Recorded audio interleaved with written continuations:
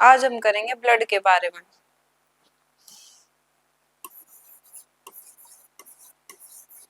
जो ब्लड है, ब्लड होता है एक fluid connective tissue. Blood is a fluid connective tissue.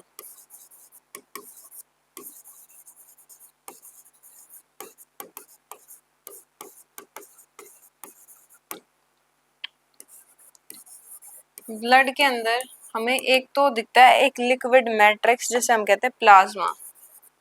So blood consist of liquid matrix जिसे हम कहेंगे plasma and foamed elements.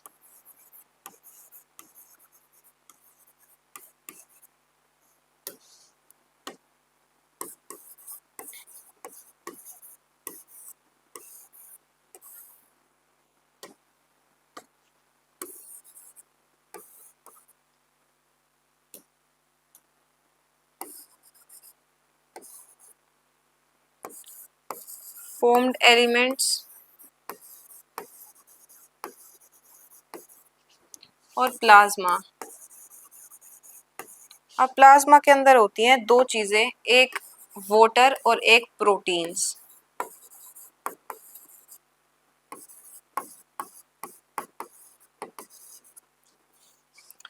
Formed elements के अंदर होंगी तीन चीजें, तीन cells, WBC white blood cells, RBC red blood cells and platelets.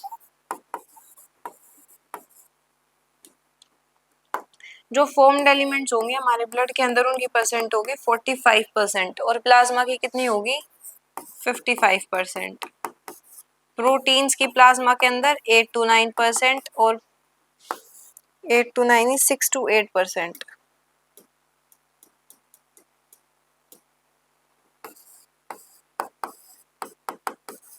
और वाटर की 90 to 92%।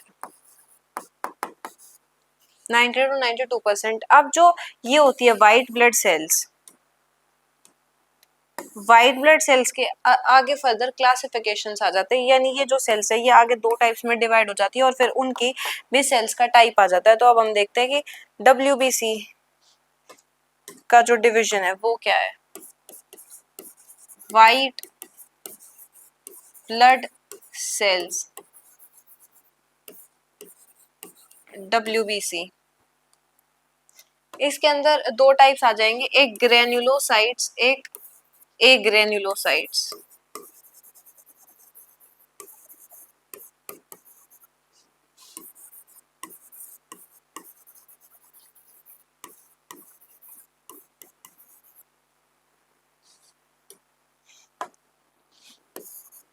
नाम से ही पता चल रहा है यहाँ पे ग्रेन्यूल्स की प्रेजेंस होगी, ग्रेन्यूल्स आर प्रेजेंट। ये ग्रेन्युलोसाइट्स मतलब ग्रेन्यूल्स प्रेजेंट नहीं होंगे।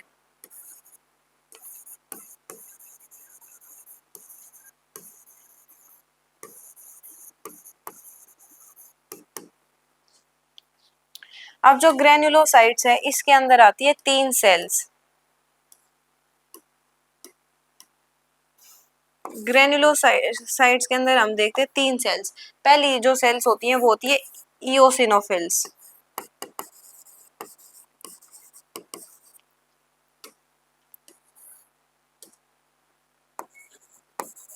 Neutrophil, neutrophils and basophils.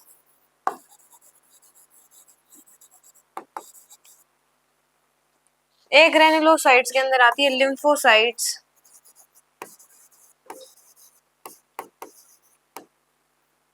यहाँ पे हम देखेंगे लिम्फोसाइट सेल के बारे में। तो अब यहाँ पे इओसिनोफिल्स, न्यूट्रोफिल्स और बेसोफिल्स, इनके हम फंक्शंस देखते हैं कि इनके फंक्शंस क्या क्या होते हैं। सबसे पहले उन सेल्स को डिस्कस कर लेते हैं जो सबसे पहले आएगी RBC रेड ब्लड सेल्स,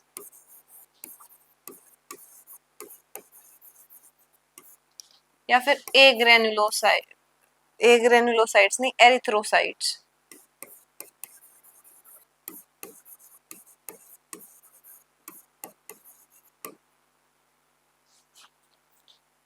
इनका जो लाइफ स्पेन होता है, इनका लाइफ स्पेन होता है, their life span is of 120 days.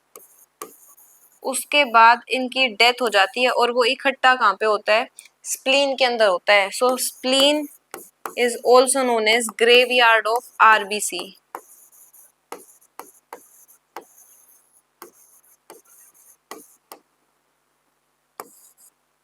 अब उसके बाद आरबीसी का नंबर क्या होता है, आरबीसी की जो सेल्स होती हैं, they are the most abundant cells, they are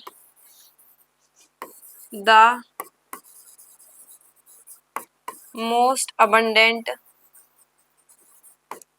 sales.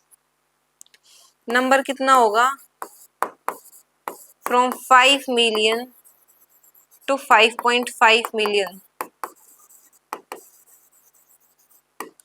जो है वो आरबीसी प्रेजेंट होती है। अब इनके अंदर प्रेजेंट होता है एक iron containing pigment, iron containing pigment जिसे हम कहते हैं हीमोग्लोबिन। इसी की वजह से जो हमारा ब्लड होता है वो रेड कलर का होता है। ये क्या करेगा, this helps in transport of gases. जो आरबीसी आरबीसी क्या कराती है, ट्रांसपोर्ट ऑफ गैसेस कराती है throughout the body, gases का transport throughout the body.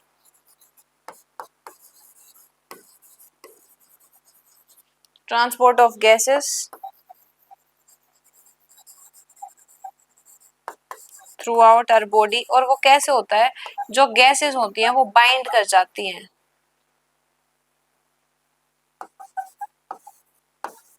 Haemoglobin के साथ बाइंड करके वो क्या करती है, हमारे पूरे ब्लड के अंदर वो ट्रांसपोर्टेशन करती हैं। आरसीबी जो सेल्स है वो कैसे, मतलब आरसीबी का काम यही है गैसेस का ट्रांसपोर्टेशन कराना। कैसे, वो जो गैसेस होगी वो हीमोग्लोबिन के साथ बाइंड कर जाएंगी।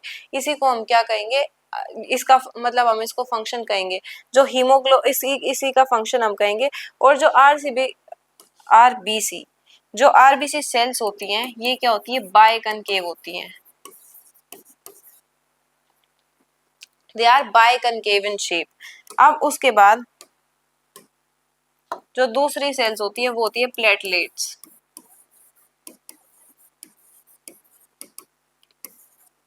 इनका जो फंक्शन होता है वो क्या होता है, क्लोटिंग क्लोटिंग कराना। यानी जब हमारे चोट लग जाती है तो उस खून को रोकना, उस खून के ऊपर जो कोटिंग आ जाती है वो कौन कराता है, वो प्लेटलेट्स कराती है, क्लोटिंग कराना, क्लोटिंग ऑफ ब्लड।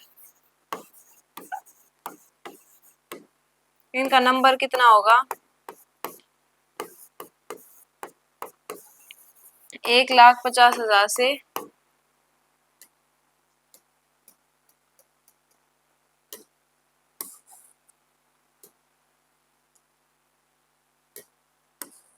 इनका नंबर कितना होगा, 1,50,000 से 3,50,000 तक। इनका जो नंबर है वो प्रेजेंट होता है, मतलब इतने नंबर में ये प्रेजेंट होती है एक नॉर्मल ह्यूमन बीइंग के अंदर प्लेटलेट्स। अब जो अगली सेल्स है वो हम करेंगे डब्ल्यूबीसी।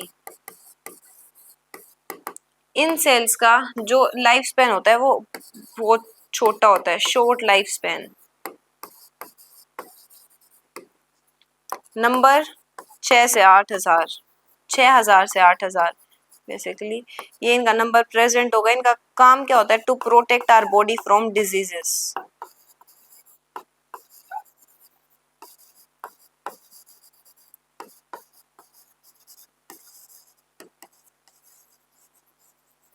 इनका काम होता है। अब हमने देखा था कि जो डब्ल्यूबीसी है ना इसके अंदर ग्रेन्युलोसा सेल्स, इसके अंदर ग्रेन्युलोसाइट्स और ए ग्रेन्युलोसाइट्स बन गए थे।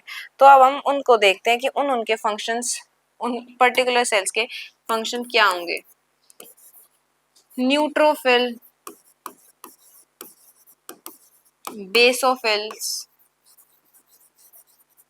And eosinophils.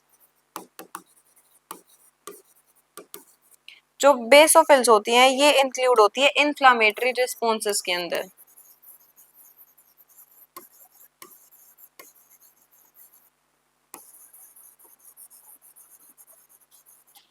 It helps in phagocytosis और जो हमारी इओसिनोफिल सेल्स होती हैं ये क्या करती है, resist infection, involved in allergic responses.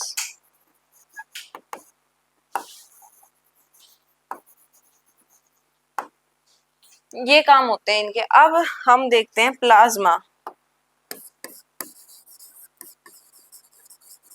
Plasma के अंदर भी हमने वाटर और प्रोटीन्स डिवाइड कर दिए थे, तो अब इसके अंदर प्रोटीन्स कौन कौन से आते हैं, तो प्रोटीन होते हैं इसके अंदर ग्लोब्यूलिन, एल्ब्यूमिन, फिब्रिनोजेंस।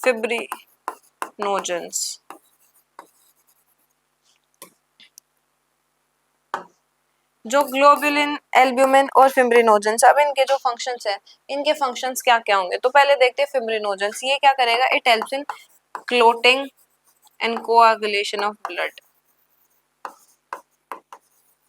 वही कोटिंग बनाने वाला काम है जब ब्लड फ्लो होगा तब।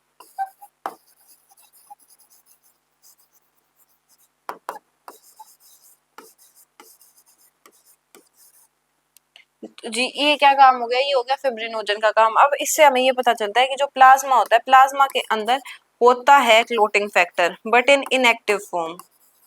Clotting factor is present but in inactive form.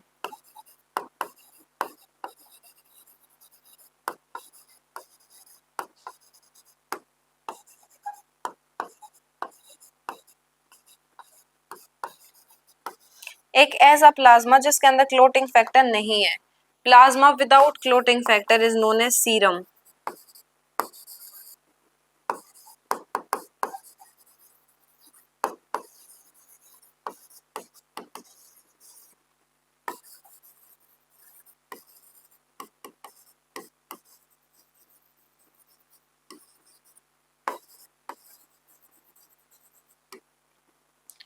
तो ये था ब्लड के बारे में। जो प्लाज्मा है उसके वो बिना क्लोटिंग फैक्टर के, उसको हम कहेंगे सीरम। इसके अंदर प्रोटीन्स वगैरह प्रेजेंट होंगे, वाटर प्रेजेंट होगा। इससे अगले टॉपिक हम डिस्कस करेंगे अगले लेक्चर के अंदर। Please like, share and subscribe.